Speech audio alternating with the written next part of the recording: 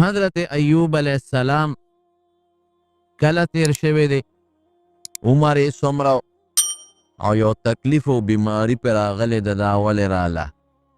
او بیا په هغه تکلیف څونه موده او د هغه تکلیف د ختمېدو نه پسې څونه عمر او کوم ځای دفن دی. نو اختلاف پکې شته، خو راجح قول دا دی چې دا د ابراهیم علیه السلام نه پس 100 کاله پس پیدا شوی دی او د ابراهیم علیه السلام 15 نوسه و، د هغه 15 پشته پس ډیر عبادت گزارو او ډیر په پیغمبرانو کې مالدار سړی تیر شوی دی. مور د حضرت لوط علیه السلام لور وه، د ابراهیم علیه السلام درواره لور، د لوط علیه السلام لور د مور وه او دومره عبادت گزار په پیغمبرانو کې ټول پیغمبران عبادت گزاري، خو د ډېر زیات عبادت کړی، ډېر عبادت گزار تیر شوی او ډېر زیات مالدار او ډېر زیات سخي سړی تیر شوی. مال یې دومره زیاتو چې علماء کرامو لیکلی دي څه ځمکې د غرونو وه په غر کې وه او څه د غر لمن کې وه. اوس چې کوم وخت کې بیت المقدس دی او څه علاقه د فلسطین د اسرائیلو په قبضه کې ده، دغه علاقه کې دی پاتې کېده، ډېره زیاته آباد علاقه وه. اوس هم وایي ډېره آباد علاقه ده. هغه علاقه اوس د اسرائیلو په قبضه کې ده، کوم ځای کې چې حضرت ایوب علیه السلام تیر شوی او کتابونه لیکي دا ټوله د شام ځمکه وه زرخیزه. وی د دمشق نه مشرقي جانب ته 115 کیلومیټر علاقه راځي، 115 کیلومیټره او ډیر سرسبز شاداب غرونه دي او د غرونو درې دي او ټول د زیتون بوټي دي، په د زیتون او د انګورو اونې دي، پکې باغونه دي غټ غټ اعلی او قیمتي قیمتي فصلونه او قیمتي میوې اوس هم په هغه علاقه کې موجود دي. ځمکې څونه وه؟ علما لیکي وي 1500 قلبې یې وي، 1500 یو قلبه 2 غویان، نو 1000 غویان او د هرې قلبې یو ځان له مستقل زمیندار مزدورو. نو اندازه ولګوئ چې 1500 قلبې وي نو ځمکه به یې څونه. عبدالماجد دریابادي رحمه الله یو تفسیر لیکلی دی، تفسیر ماجدي، هغه لیکي او 7000 ګډې چیلې وي، 7000 او 3000 اوښان او 6000 7000 ګډې چیلې او 3000 اوښان او 1500 خره او دا نیمه علاقه دا لاندې نشیبي علاقه وه د فصل د زراعت او دا نیمه علاقه د غرونو درې وې او غرونو په هغې خشته خشته باغونو. دې سره نوکرانو، هرې قلبې سره خپل نوکر او د اوښانو د څرولو خپل نوکران او د ګډو ساتلو چیلو ساتلو دپاره خپل شپونکیان او د خرو د ساتلو دپاره خپل نوکران. ډېر زیات مالدار، دومره مالدارو. مهمان نوازي خو د ابراهیم علیه السلام نوسیو او ما درته مخکې د ابراهیم علیه السلام متعلق ویلو چې هغه څونه مهمان نوازو، ډېر هغه نوسیو نو مهمان نوازي پکې وه، بغیر د میلمنو نه به یې ډوډۍ نه خوړه. او چې کله به ورته وي پته ولګېده چې پلانکۍ علاقه کې غریبانان دي نو د شپې به یې ډوډۍ واخېسته، هغوی له به یې رسو. جامې به یې خلکو له ورکولې، څادرونه او جوړې. وی تر دې حده پورې که داسې موقع به وه چې نورې جامې نشته نو خپله جوړه به یې زر وویسته، ځان نه به یې عام څادر ته وکړو او غریب له به یې هغه خپله جوړه ورکوله. یو شان د رب العالمین عبادت یې کو. دغه زمانه کې نبی علیہ السلام مبارک فرمایي، حدیث شریف دی چې دا شیطانان به بر اسمانونو ته ختل. کله چې خدای پاک زمون پیغمبر علیہ السلام ته وحی د قرآن شریف په شکل کې نازله کړه نو بیا دا شیطانان د اسمان د خطو نه منع شو. نو ابلیس او د هغه بچي به بره ختېدل او فرشتو چې به خپل منځ کې څه خبرې کولې هغې اورېدلې.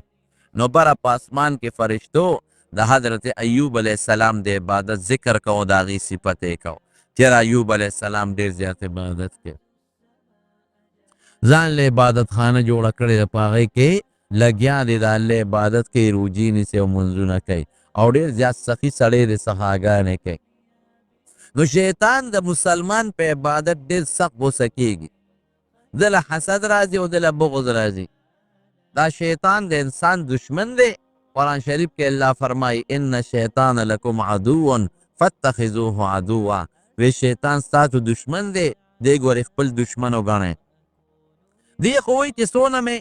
د انسانان دوزخیان کړل چې الله ورته غوسه کړم ځکه زه خو د دې انسان د برکت نه د جنت نه راشړلی شوی دا راده کوشش او خدای پاک دله یو طاقت هم ورکړی دی مضبوط طاقت نو ده بره د فرشتو نه د ایوب علیه السلام صفت واورېد رونو ګورې فرشتې په دنیا کې چې څومره نیکان خلک دي د هغې صفتونه هم یو بل ته کوي او هغې سره مینه هم کوي حدیث پاک کې راځي وی چې کله بنده الله ته زیات ځان نږدې کي نو الله جبریل علیه السلام ته آواز وکړي چې دا فلانکې سړی دی د زه خوښ یم زما هم خوښ دي جبریله ته هم ورسره محبت شروع کا جبریل علیه السلام د اووم اسمان فرشتو ته اعلان وکړي چې فلانکي بنده سره د الله مینه ده تاسو هم ورسره مینه وکړئ هغې هم ورسره مینه شروع کړي اووم اسمان والا شپږم فرشتو ته د شپږم اسمان والا پنځم اسمان والا څلورم والا دریم د دریم دویم او دویم لومبي اسمان یو بل ته اعلانونه وکړي دا اوو واړو اسمانونو فرشتې دې بنده سره مینه شروع کړي د فرشتو مینه څه ده فرشتې خو تاله غاړه غټې نه راځي چې هرکلی درته وایي او نه تاله میوې راوړي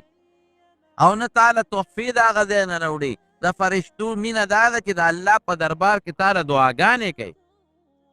او ستا سفارشونه کوي رب العالمین ته حضور پاک فرمایي وی بیا ثم توضع القبول له فی الارض وی بیا دغه فرشتې راشي او د نیکانو خلکو په زړه کې دې سړي سره مینه پیدا کړي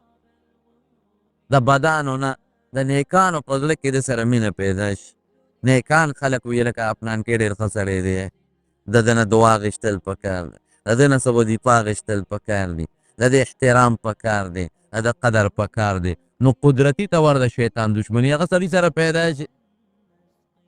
چې د شیطان دشمني پیدا شي نو د شیطان د خپلو ملګرو د فاسقانو ګندو خلکو په زړه کې رده بغض پیدا کړي فرشتې لګیایي د نیکانو خلکو په زړه کې د نیک سړي مینه پیدا کوي او شیطان بالمقابل لګیایي د فاسقانو او فاجرانو په زړه کې د هغه سره حسد پیدا کړي نو دا خراب خلک بیا د نیک سړي غیبت کوي مړه دا پلانکېرو دی دا چل نو کړی مړه دا چلې کړی دا کوي نو ګناهګار او بدان لګیایي د هغه بدو شیطان خپل کار کوي نو فرشتې دا د نیک سړي خبرې هم کوي او هغې سره مینه هم کوي یو حدیث پاک کې راځي وی دا نیک سړی چې ښځه د دې نیک سړي خبره نه مني په دنیا کې او د نیک سړي سره د ده ښځه جګړې کوي وی په جنت کې حورې لګیایي هغه الله خبروي هغه حورې وایي ای ښځې قاتلکک الله خدای دې هلاکه که مردارې دا سړی ولې خفه کې دی خو تا سره د یو څو ورځو میلمه دی ان قریب به تا نه جدا شو مونږ له به راځي د دې سړي دپاره جنت کې کوم حورې دی پې خفه کېږي او دې ښځې ته وله خیرې کوي حضور پاک فرمایي نو دغې فرشتې لګیا وې او د ایوب علیه السلام صفت یې کاو نو د شیطان په زړه کې کرښې چې اوهو دا خو دوه نیک سړی چې فرشتې صفتونه کوي دله خو څه چل ول پکار دی دا شیطان څه وایي وایي یو عبادت به نه کوي زړه یې مطمئن دی زړه نه روغ دی بچي شته ښځی ده اوه زامن او درې لوڼه وې اوه زامن او درې لوڼه او د دنیا جایداد او مال او خان او نوکران نو دې به عبادت نه کوي د ده دا مال که نه وي ډېر عبادت وکړي دا خدای مال ورکړی دی نوکران یې ورکړي دي دا درته خدای غواړي چې د عبادت وکړي الله سره بیا هلته مقابله شروع کړه رب العالمین دې ابلیس ته وایي مقصد دې څه دی وی الله ته کې دا مال دولت اختیار مال راکړه چې دا ولا زه هلاک کړم ډېر ستا عبادت وکړي دی خو هر وخت ابلیس الله سره په ډغره دی وی ځه د دې د مال او دولت اختیار مې تاله درک ځه مال ته والا برباد یې کا او د ده د ګډو چیلو د اوښانو او د ځمکو اختیارات مې ټول تاله درکړه چې څه سره کې وکړه زه ګورم چې تېر عبادت زما نه اړی او کې نه اړی وروڼو دا شیطان زمونږ د انسانانو د دې نیکانو خصوصا او د مسلمان دشمن دا نیکان به د ټول وجلې وي خو الله د دې نیکانو حفاظت کوي د فرشتو په ذریعه ویرسل علیکم حفظة قرآن شریف کې الله فرمایي د دې آیات دو معنی کوي علما وی هغه فرشتې خدای پاک په تاسو مقرر کړي چې ستاسو د عمل حفاظت کوي عمل د لیکي کرام الکاتبین ته وی مراد او بعض علما وی نه وی هغه فرشتې ته مراد دي چې هغې د دې انسان د مسلمان حفاظت کوي د شیطان نه ساتي شیطان خو لوی دشمن دی دا نیکان خلک بربادۍ وسوسې ورته کوي نو کله ده وس رسېدلی وي دا ټول به یې وجلی دشمن خلک وجني ودرېږه چې دا نیک سړی مړ کړم ورېږه دا عالمان ټول مړه کړم ورېږه دا طالب علمان ټول مړه کړم ودرېږه دا صالحین ټول مړه کړم چې دا د مخ ځمکې نه د الله عبادت ختم شي هلته فرشتې الله مقرر کړي دي هغې د انسان حفاظت کوي ته خو رانږدې شه چې برابر دی شیطان نه پرېږدي دی خپل وس کوي اوس هم کوشش کوي بعض انسانانو باندې چغې مو باسي او څاروین بربادوي خو فرشتې لګیا دي څه ناسې حفاظت هغوی کوي د حفاظت کوي الله وی ښځه د ایوب علیه السلام د مال او د هغه د دولت او د ځمکو نه ما فرشتې حفاظت پورته که څه دی خوښی کوه دی راغې په ګډه او په خوشحالۍ باندې او خپل بچي ټول لاغون کړل وی نن به یو کمال کوو ما له خدای پاک د ایوب علیه السلام د مال او د دولت او د اوښانو او د ګډو چیلو د خرو د هلاکت اختیار راکړی دی څنګه چل به کوو چې دا هر څه وله برباد کو په ده د الله عبادت بند کو یو بچی یې پاسېد وی ما زما داسې طاقت دی چې د یو چغه وباسم چغه نو دا څومره خلک چې دي دا د ده دا نوکران په یو دم به یې لمړه کړه اور به پې وله بل کړم ختم به یې کړم وی ښځه لړ شه او رده چې څومره اوښان دي سره د اوښانو د هغه سروونکو ساروانان چې ورته وایي د هغې سره ټول ختم کړه او بیا ماته ووایه هغه لاړه د اوښان خو یو ځای کې سرېدل او الله خو ته خپل حفاظت پورته کړی او دله اختیار ورکړه طاقت یې ورکړه یو مضبوطه چغه یې وواله او یو روایت کې راځي چې اور یې پې بل کړه چې څومره اوښانو 3000 اوښان او سره د ټولو د هغې چې ساروانانو سروونکي وه ټول مړه شو نو ابلیس خو لکه د پیري په شان هر شکل بدلولی شي د مشر ساروان په شکل یې که ځان حضرت ایوب علیه السلام لګیا یې د الله عبادت کوي مونځ کوي ورله راغې او ځان او مخ سر ټکولی شروع کړو چغې شروع کړې او فریاد د اوښکې به یوه وي ته خو د الله عبادت کې او راشه وګوره ټول اوښان دې مړه شو او د اوښانو چې څومره ساروانان دي سروونکي هغه هم ټول مړه شو او جي کړې ورته وکتل کولمې ترې راوتې دي او خېټې وینې ترې بېږي او دا دي دا دي دا دي حضرت ایوب علیه السلام فوراً وی انا لله و انا الیه راجعون کله چې انسان ته تکلیف رسیږي دا به وایي دا قرآن شریف کې رب العالمین فرمایي ولنبلونکم بشیء من الخوف والجوع ونقص من الاموال والثمرات ونقص من الاموال والانفس والثمرات کله په تاسو باندې وي زه مصیبت راولم مال بدله کمو ستا وجود کې به تکلیف راولم بچی به دله وجنه الله قرآن شریف کې فرمایي دا به یوازې زما یو ازمایشي وبشر الصابرین الذین اذا اصابتهم مصیبة هغه خلک چې هغې په دې مصیبت صبر وکړي الله وایي وی زیری وله ورکړه خوشخبري ورکړه وبشر الصابرین الذین اذا اصابتهم مصیبة قالوا انا لله و انا الیه راجعون انا لله و انا الیه راجعون د مصیبت د ختمېدو فطري او نفسیاتي علاج دی په دې مصیبت سړی ولې غمجن شي دی وایي وی دا خو زما مال و رانه بل واخېسته ځکه دې غمجن شي داسې وایي که دا زوی خو زما او دا رانه بل واخېسته دا مال خو زما او بل رانه واخېست دا روغ صحت خو زما بل رانه واخېست نو دې په دې دړمنې کې د ما نه دا مال دې بل ولې واخېست دا بچی رانه ولې واغېست، دا ژوند یې رانه ولې واغېسته. نو چې دی وایي انا لله، دا خو زما نه دا هر څه د الله دي. دا نفسیاتي علاج شو. او دا مال خو زما نو، دا بچی خو زما نو، دا جامه خو زما نه وه، دا ځمکه خو زما نه وه، دا د چا وه؟ الله. نو چې زړه کې دا درد و چې ما نه یې زما شی واخېسته، د هغې نفسیاتي علاج شو. زه خو چې د مور نه پیدا کېدم جامه هم نه وه، بربنډ و. ځان سره خو مې د مور د خېټې نه جایداد هم نه دی رایستی، او د مور د خېټې نه مې د موټر هم نه دی رایستی، او د مور د خېټې نه مې ځان سره د بچي هم نه دی رابار کړی، او د مور د خېټې نه خو مې دا کارخانه هم نه رابار کړې. زه خو دقه یک تنها د مور د ګېډې نه راوتی یم. دا هر څه خو د الله دي. الله واغېستل. دا چغې ولې وه او دا فریاد ولې و. دویم په دې مصیبت خلک ولې خفه کېږي؟ یاره وایي دا شی زما نه لاړ بیا خو واړو میلو نه شي. دا زوی لا ملاقات اوس کوم ځای ورسره کېږي. دا مال لاړ دا خو واړو میلو راته نه شي. دا امرایي رانه لاړ دا خو واړو میلو نه شي. نو چې کوم شي تا سري او تا نه لاړ شي او ته وایې چې بیا راته نه میلاویږي، نو فطري طور د انسان په زړه کې هغه غصه غم پیدا شي. نو دې پسې دویم ټکی څه دی؟ وانا الیه راجعون. موږ ټول به الله ته واپس کېږو، دې ملاقات به کېږي. که دا زوی مې مړ شو ملاقات به کېږي. که دا مال رانه لاړ او صدقه مې که، نو د قیامت پر ورځ به په ښکلي شکل کې ردې ما سره ملاقات کېږي. که دا روغ صحت رانه لاړ او بیماري را باندې راله، نو د قیامت پر ورځ به ما سره د دې د یو ښکلي شکل د ثواب په شکل کې ملاقات کېږي. نو په دې مصیبت او په غم کې دا دوه سوچونه راشي چې ما نه شی لاړ، دا به میلاویږي او که نه، او دا خو زما و. الله وایي انا لله، دا ستانه دي موږ ټول د الله یو. و انا الیه راجعون. د قیامت په میدان کې به دا ټول سره میلاویږي. نو دې سره فطري طور نفسیاتي طور د انسان په زړه کې اطمینان پیدا شي.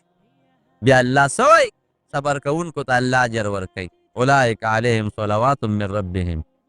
ورحمه اولئک هم المهتدون. یو لوی عالم لیکي په بخاري شریف کې شته، وایي سړی چې چاله یو بار ورکوي، نو که ستاسو خیالي نو یو خوا د اوښ نه یا د خر او د اس نه یو خوا ته انډي وي او بل خوا انډي وي. چې د یو خوا بل خو هغې ته انډي وایي، او چې په هغه منځ کې یو شی پروت وي، یو خوا هغې ته سرباري وایي، عربی کې ورته علاوه وایي. وی نعم العدنان و نعم العلاوه. وی الله درې بدله ورکړل، دوه انډي او یو سربارې. اولئک څنګه دی؟ علیهم صلوات من ربک ورحمه. د الله مهربانه او عظیم رحمت وشو. اولئک هم المهتدون. جنت ته بمځي. دې سربارې شو. او د ایوب علیه السلام متعلق هم الله وایي نعم العبد، ډېر ښه بنده، انا وجدناه صابرا، دې موږ صابر موندلی و. د یو پیغمبر متعلق قرآن شریف کې دا نشته، صرف د ده متعلق راغلی چې انا وجدناه صابرا. الله وایي صابر موندي. صبر بهترین شی.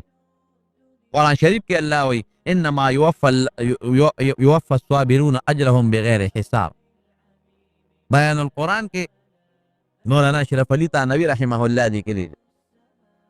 وایي د قیامت پر ورځ او شبیر احمد عثماني رحمت الله علیه په خپل تفسیر کې لیکلي دي، وایي د قیامت پر ورځ چې الله تعالی د اجرونه ورکوي، ثوابونه، چاله به یو په لس ورکوي، چاله به یو په شل ورکوي، چاله یو په 200. او چې کوم صابرین دي دوی چې راشي هغې ته به دونه اجر ورکړي چې د هغې څه انتها به ني، بلکې یو روایت کې راځي دومره اجر به چې د هغې به وزن ته او طول ته مجت ني. وایي به چې زه دومره شی مې درکړه چې وزن ته جسیس ته بې حسابه بې کتابه جنت ته. نو په تکلیف او په مصیبت صبر ازمایش خو راځي، په نیکانو راځي. زمارونو حضرت ایوب علیه السلام ته چې څنګه دی ووایي هغه څه وایي انا لله و انا الیه راجعون. زه ښه شوه، د یو غم خلاص شو. څه به هم دا سوچ کوو چې اوښ مې مړ شو او بیمار شو که نه، او اوښه چې ده نو دا لنګه شو بچی یې راوړو که نه، او که بچي په لنګانه کې مړه شو که نه، یو غم غوس شو.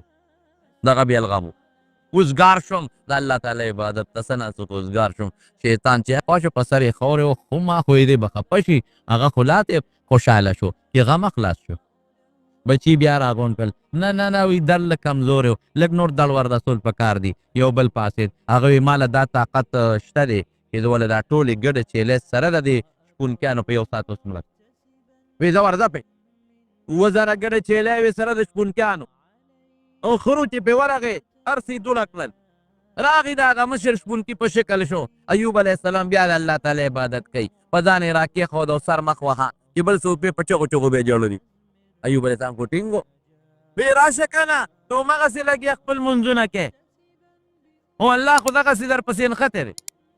مونږ خلک به څونه فریادونه کوو ټوټې غوندې تکلیف به څونه فریادونه کوو الله نه بیا ګیلې کوو او بیا الله له پیغورونه ورکوو زه له لمونځ کوم او ته ما سره دا چل کوې ته څه پوهېږې ته نه پوهېږې الله پوهېږي دا زمیندار چې لګیا دی او د دې بوټې خاختراشي کوي خاختراشي نو سړی وایي دا بوټې خراب کړې ګوره د بوټو نه یې غاړې ماړې ووالې لنډې بونډې یې کړې لیکن زمیندار دا کار د بوټې د فایدې دپاره کوي که نه ډاکټر چې تا له اپریشن کوي ته خو ته چغې مو وې اوهو ډاکټر صاحب لاس مه پرې کوه او ګوته مه پرې کوه او اپریشن دله کوي هغه ستا ټیک ته تا له دردمن کوي دي پیسې دې هم لګوي وینه هم درنه وباسي زخمونه هم درکې جوړوي لیکن ته په خپله فایده نه پوهېږي ډاکټر ستا په فایده پوهېږي لیکن ستا فایده ستا خیر دی که دا ګوته پرې نه کړم دا کینسر لاس ته ځي لاس ته نه بیا پرې کېږي ودې که دا ګوته پرې کول دله ښه دی نو الله تعالی که دا بعضې تکلیف انسان له راولي او دا بعضې غم راولي بعضې مصیبت راولي په وجود کې په بچو کې په مال او په دولت کې دغه مثال دی لکه ډاکټر چې ستا د ښه ګوتې علاج کوي ستا له اپریشن کې ته خو د چغې به وې هلته کې پخوا چې به دا غاښونه وله ایستله دا خلکو به غاښونه ایسته اوس خو به ډاکټرانو وباسي که نه پخوا چې به یې غاښ ایسته د ما مخکې دی یو بابا نه ایسته هغه انبور یې ورته عالم کړ داسې چغې یې ورته والې چې دا خپې به یې کله ترپولې او کله به په ځمکه ورته کېناستېده او کله به ورته اوچتېده یو لوی غم یې جوړ کړی او هغه کاکا ورته انبوره لم کړی په زور یې تېسته اوس هغه خو چغې وایي او ښکنځل هم کوي چې بابا او زما نه خو دې غاښ وویسته لیکن هلته کې بابا وایي چې وروره دا غاښ دې ټوله شپه چغې ویې لږ درد به تېر شي غم نه به خلاص شي دقه مثال دی زمانو نو حضرت ایوب علیه السلام له هر څه برباد بیا راغی په ځان یې مخ سر راکېښودل چې راشه هلته څه چل درله کوي وی بیا وایي انا لله دغه زمان الله ګړې چیلی د چا د الله هر څه د الله د بد کیسه او دا ټول به موږ الله ته پیش کېږو زه به هم پیش کېږم زما د دې عمل چې دا کم عمل ما سره کم کېږي او دا کم تکلیف میلاویږي د دې ثواب به هم پیش کېږي هېڅ پروا نه د دې ګډو چیلو نه به دې ثواب د قیامت پر ورځ الله ماله ډېر بهترین راکړي او دا خو زمان و د الله چې په دې هم کار ونه شو بیا به چې راغونډ کړل وایي اوره دغه شته که نه ځمکې شته جایدادونه شته او دا ځمکې به ور سبا نوره مدنه مه کړي یو کس پاسېده وي چې زما یو طاقت شته یو شیطان وي ما له زور او سیلی راوستی دا ټول فصل به موله وسوځومه او دا ټولې ځمکې به ور داسې کړم چې ګاډ ګانډېر به یې کړم وایي زه ورده پې راغې فصل باندې اوس الله خو خپل حفاظت چې پورته کړي بیا خو دا ګور جناب دا مونږ کې محفوظ یو دا چا په حفاظت محفوظ یو الله دا سوال کوو چې خدای ته ما د خپل حفاظت په قلا کې اوسه دا سوال هر وخت کوه او الله زما نه د خپل حفاظت امان مه پورته کوه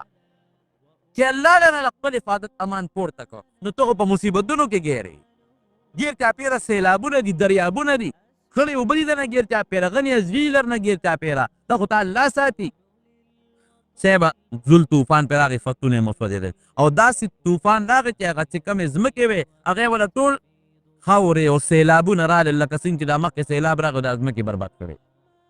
اوس د بولډیزر دي خلک او هغې زما بولډیزر خو نشته ټول پټي هم برباد شو پکې پول هم جوړ شوې پکې شګې هم رالې پکې سې اوم شلېدلې ځمکې هم بربادې شوې او چې کوم درې وې او باغونه ورسې لاړل دوړه شو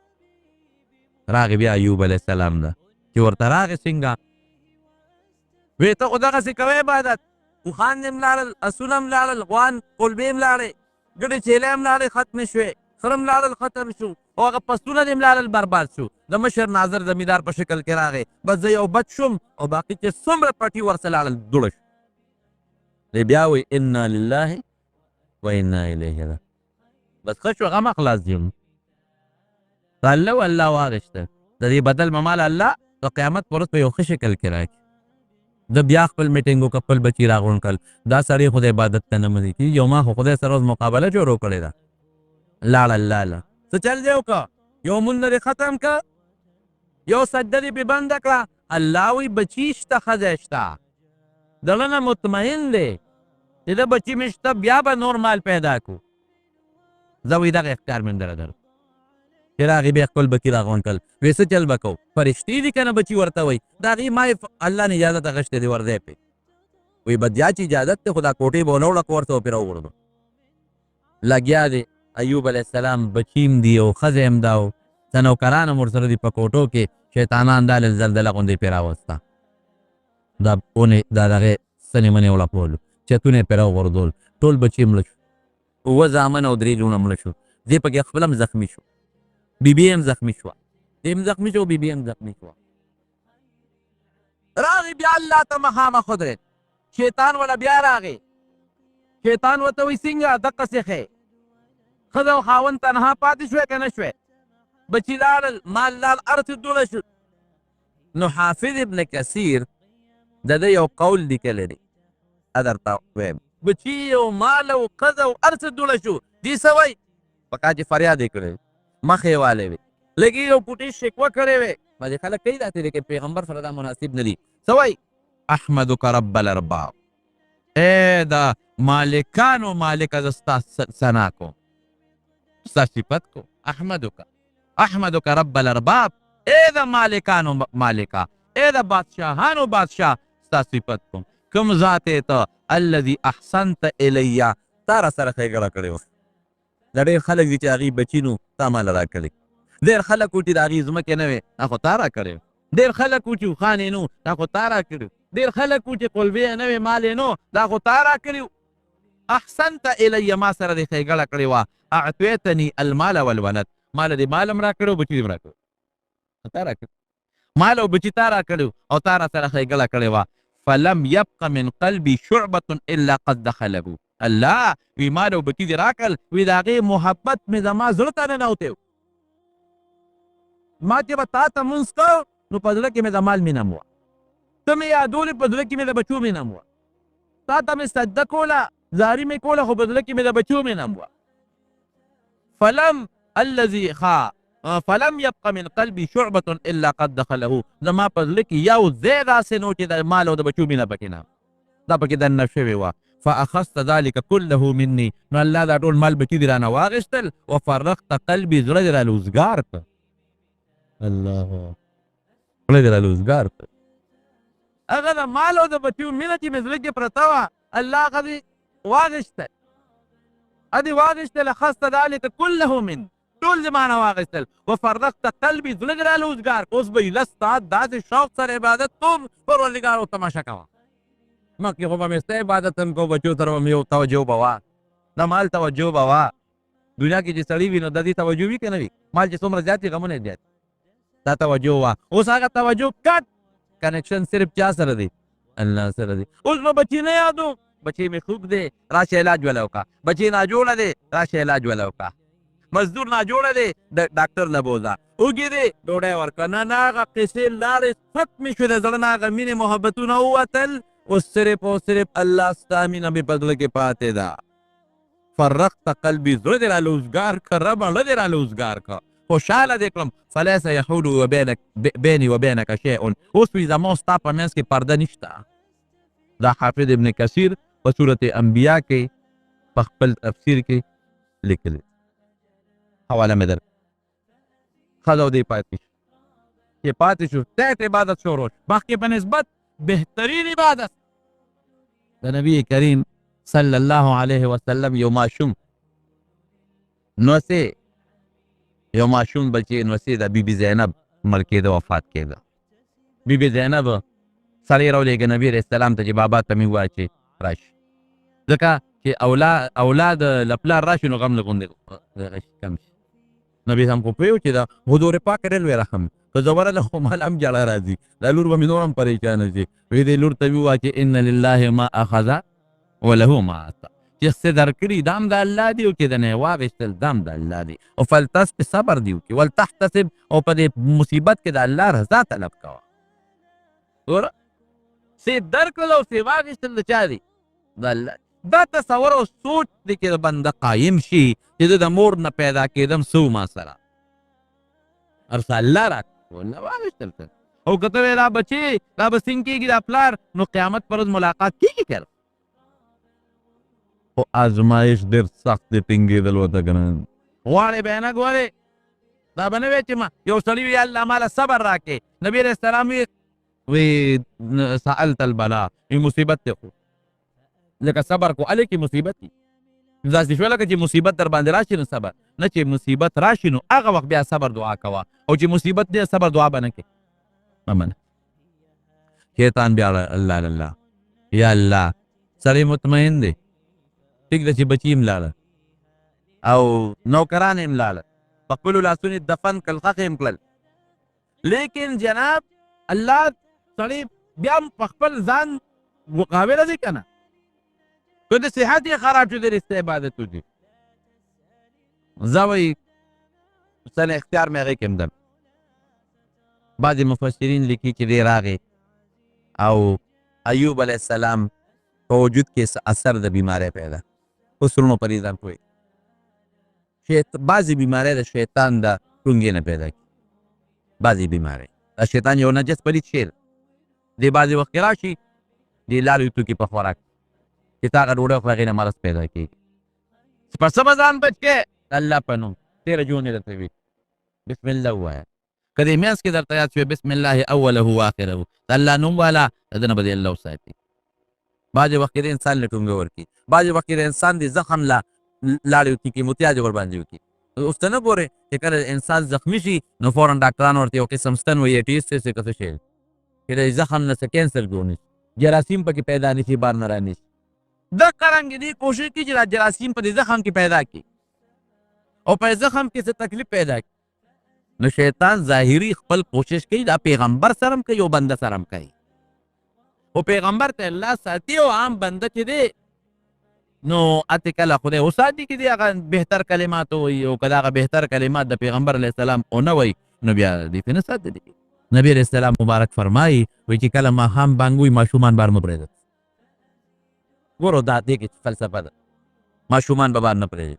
چې کله پوره تیاره خورې شي نو که بیا ودي نو ودي دی. ولې شیطانان دې وخت را خورېږي، دې ماشوم ته نقصان بدله ورسوي. ممکن ده دغه لږ ټیم کې د دې ماشومانو نه د الله حفاظت پورته شوی دی او شیطان راځي په دې زخم کې به متیازې درته وکړي، لاړې به وکړي، جراثیم به روړي پکې ورته درته واچوي، ډوډۍ کې به درته څه واچوي، سپېمو کې به درته څه شی واچوي. دې خپل لګیا دی، خپل کوشش کوي. ماسخوتوب چې سار نه پاسي، نبی علیه السلام فرمایي دا هغه سړی دی باله شیطان فی اذنیه چې شیطان په دې غوږونو کې متیازې ورته کوي، او چې څنګه شیطان نه ښکاري د متیازې مونږ ته نه ښکارېږي. نو چې غوږ کې متیازې لاړې غوږ دننه زخمي دی څه به ترې جوړېږي؟ مونږ ته خو د متیازې نه ښکاري، او چې هغه زخم ته شیطان متیازې ورلی نو خامخا بیماري به پیدا کړي. داسې مرض زیړی بیماری، کینسر بیماری، بله بیماری، بله خطرناکه بیماری دا ډېر د شیطان د دغه نه پیدا کېږي. د مس یو قسم بیماری ذات الجنب ورته و، د پښتو بریښ، په پښتو کې بریښ پیدا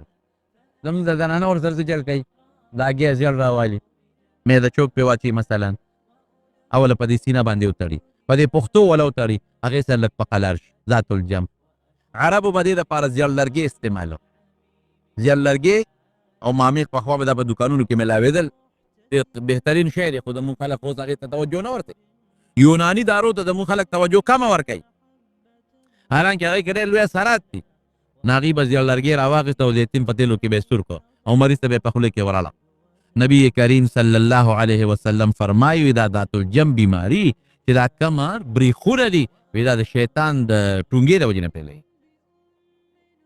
ډېرې بیمارۍ د شیطان د ټونګې د وجې نه پیلوي. انسان چې کله پیدا کېږي حضور پاک فرمایي نو شیطان په دې تشي کې یو ټونګه ورکوي، هر چاله یې ورکوي. صرف دومره کار دی چې د پیغمبرانو الله د هغه د هغه اثر نه محفوظ ساتي او نورو خلکو کې هغه اثر وردن دی. ټونګه ورکوي، هر چاله یې ورکوي،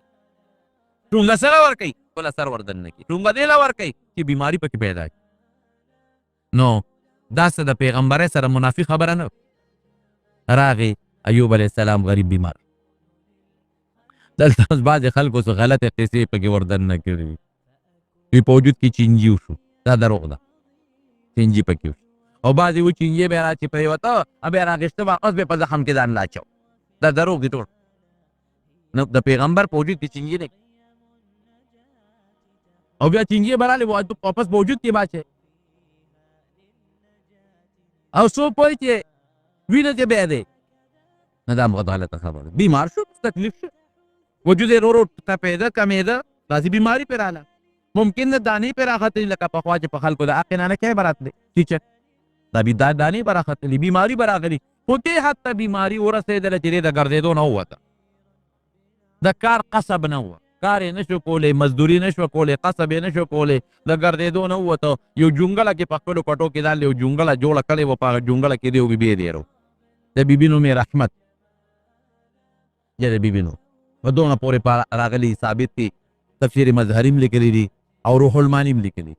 او نورو مفسرین هم لیکلي او دا پکې نشته چې وجود نه وینې به دی او خلکو ته کرکې کولې نفرتونه یې کول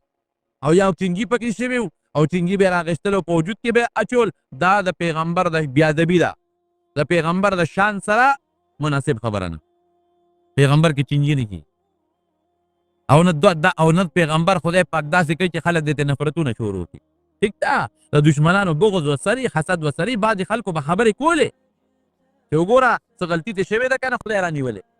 ما خو درته وختي ووې چې د نیکانو خلکو متعلق ګناهګار او بدان خلک چې شیطان په زړه کې وسوسه اچوي نو بعضې خلکو به هم دا خبرې کولې چې غلطي دې شوې ده که نه بعضې خلکو به نفرتونه هم کول لیکن داسې چې چینجي پکې وشو دا دروغ دي ها یا وینې به زوی ورته بهېدلې دا دروغ دي بهر کیف یو جونګله کې دی بیبي ورسره ده بیبي یې لګیا ده او خدمت محنت ولا کوي مزدوري کوي او د لم راوړي او په خپله هم خوري جناب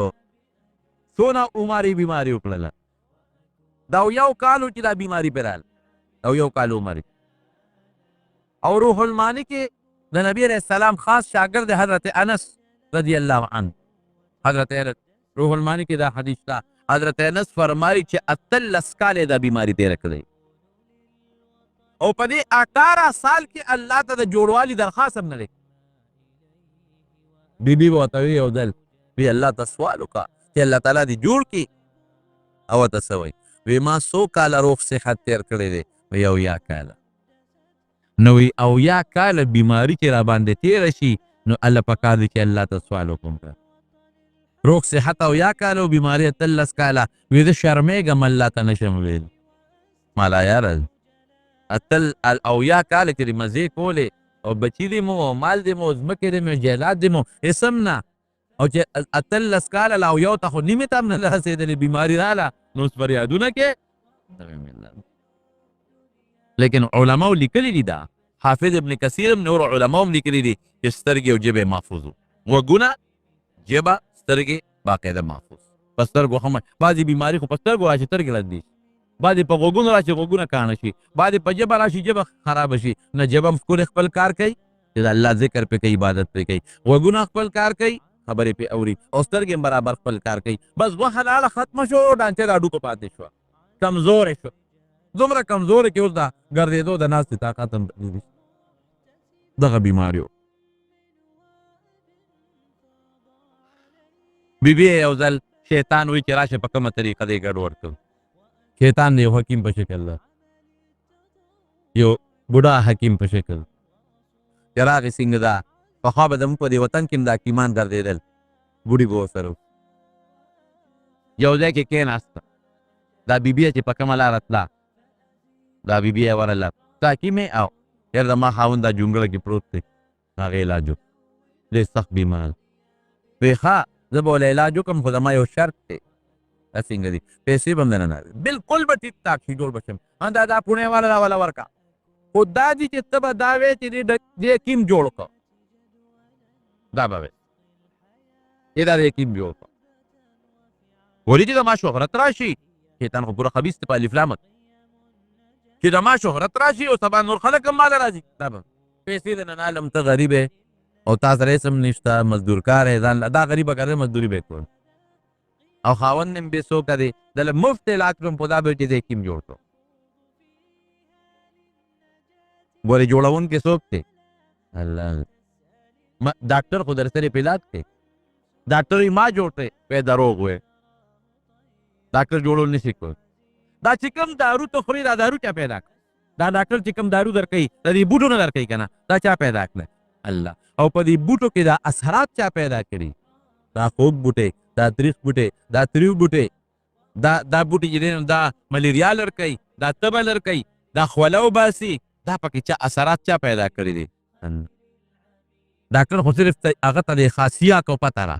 چې په دې دارو کې دا خاصیت دی د دې بیمارۍ او په دې دارو کې دا خاصیت دی دا ورته پته ده. دا دارو چې خېټې ته ورشي دا دننه دارو په دې معده کې هضم شي او د دې بعضې اثرات دماغو ته ځي او د بعضې زړه ته ځي او بعضې رګونو کې د وینه ترې جوړېږي. دا نظام دننه څوک چلوي؟ ډاکټر چلوي.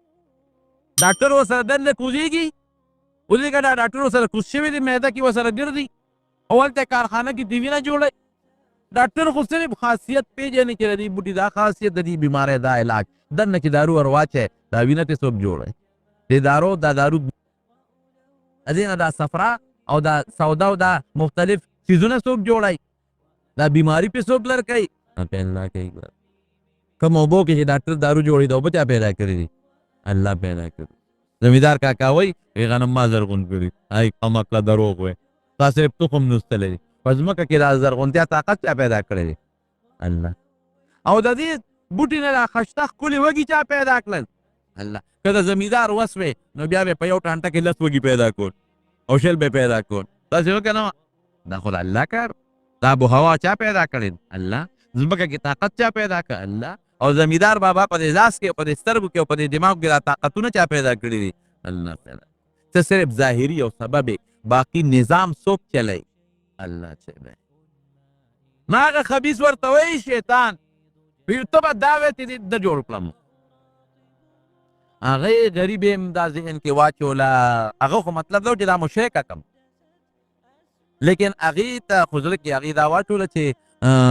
د دې دا حکیم په ما ځان مشوری چې راغې خاوند ته کېناست ایوب علیه السلام دوی داسې یو حکیم دی لر کې او ما ته خو مختار وي دا پوڼې راله راکړي دا وله ورکه جوړ به شي خو دا چل دی چې دا ټکې به وی چې دا دې دغه جوړ کړو حکیم جوړ چې شهرت ته هغه راشي ښځې دا څوک حرامي دی دا څوک شیطان دی رزیل دی ښه او دا خو تا داسې خبره دې وکړه زما په مخ کې قسم دې که زه جوړ شم سل چامکینه به دې وه سل غدار ویدم دی دا خو لا زه جم دی یم ویرېده په دا ښځې دی زورنه ورکړه چې بیا دې کیم له ورنشي هسې نه چې زه مړ شم دا ښځه راله په بل طرف بونه دي ښځه راله ګمراه نه کي قسم یې ورته یاره سړي تا دې خدای جوړ کړي سل نه زر ګزاره مې ووه تا دې خدای جوړ کړي ورې دې کې دا سبق هم دی چې ښځه د خاوند خدمت کول څونه په اخلاص خدمت یې ور د خاوند غصه برداشت کول دا نه چې دی جوړ دی او ټن دی او ماله راوړي نو زه به د دې خدمت کوم او چې دی پرېوته نو بس خیر و خلاص چې جوړ و دله هر څه راوړل نو دا مې خاوند دی او دا به سر تاج دی تاج ښځې وایي که نه او چې خاوند پرېوځي لږ غوندې بیا وایي مړه لرې کوي خدای دې پرې رحم وکړي دوا ورته وکړه چې ښځه خدای دې دا خاوند ورته وایي چې خدای خاتمه ښه کړي خدای پرې رحم وکړي چې خاتمه یې ښه شي خاتمه ښه یا خرابه خو مطلب یې دا چې دته خلاص اچه ټوله شپه راته ټوخېږي او کوټه په مخه رشتې ده او غریب او چې پرېوځي نو څونه ده ښځې ورته بیا خبرې څونه کوي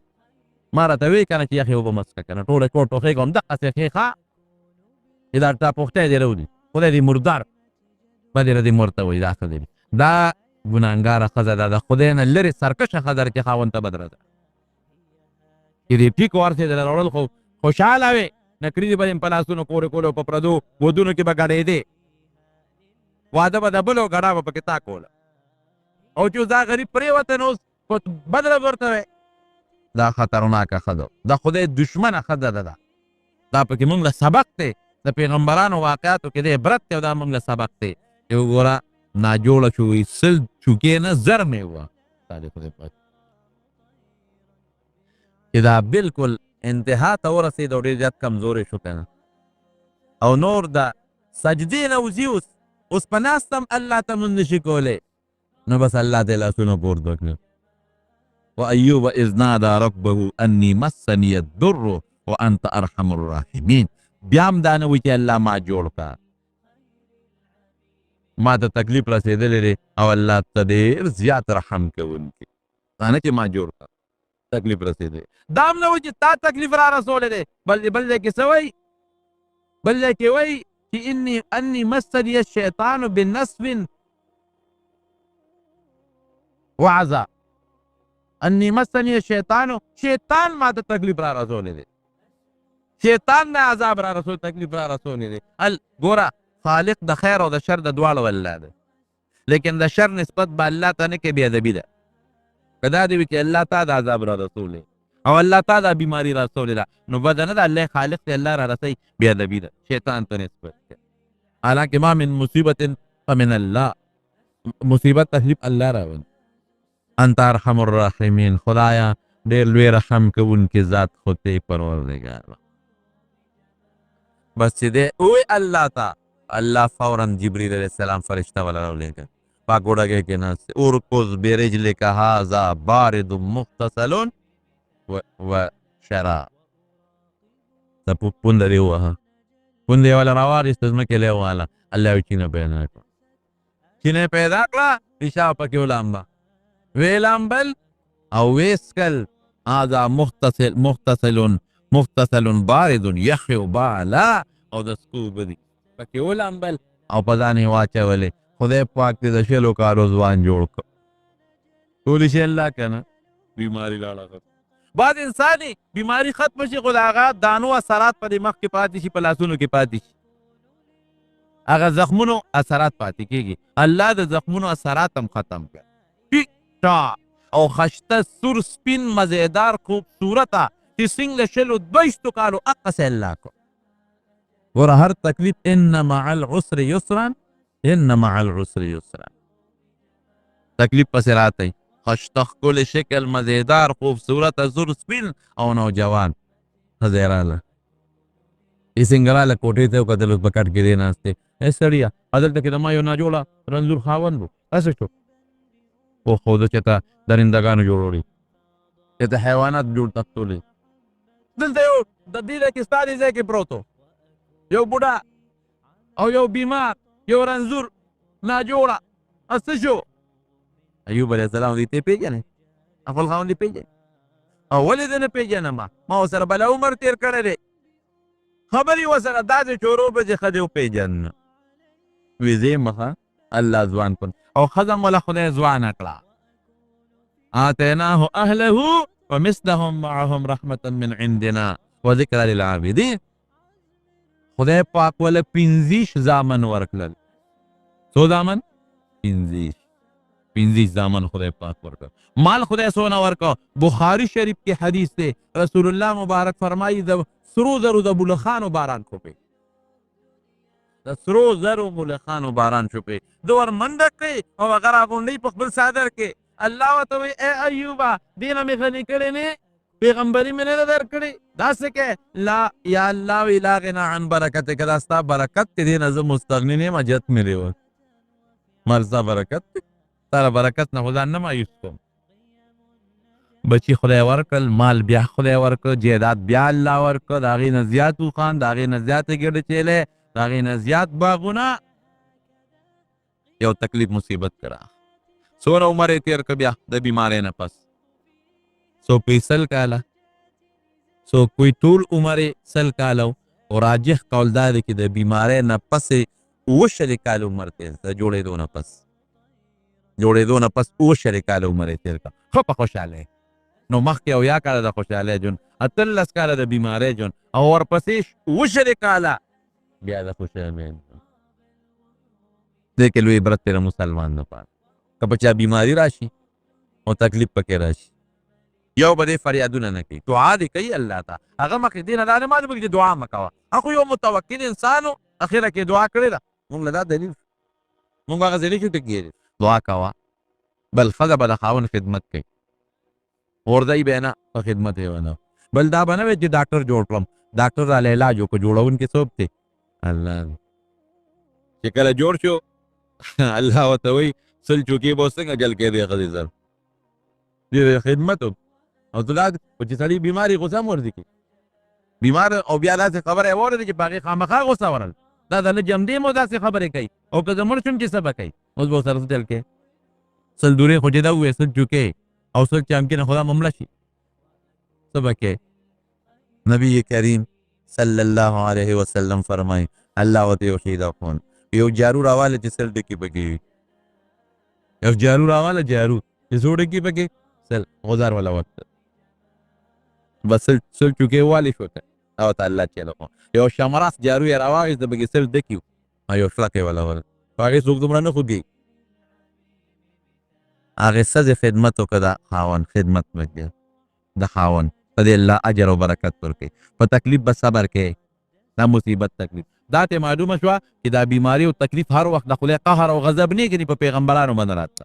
فاسق فاجر نه د خدای قهر او نیک سړي دپاره د خدای پاک رحم درجې ولا بلندوي الله تعالی ولا برکتونه زیاتوي او چې کم کسان په تکلیف کې مبتلي دا د هغوی دپاره ډېر لوی د سبق دی او ډېر لوی عبرت دی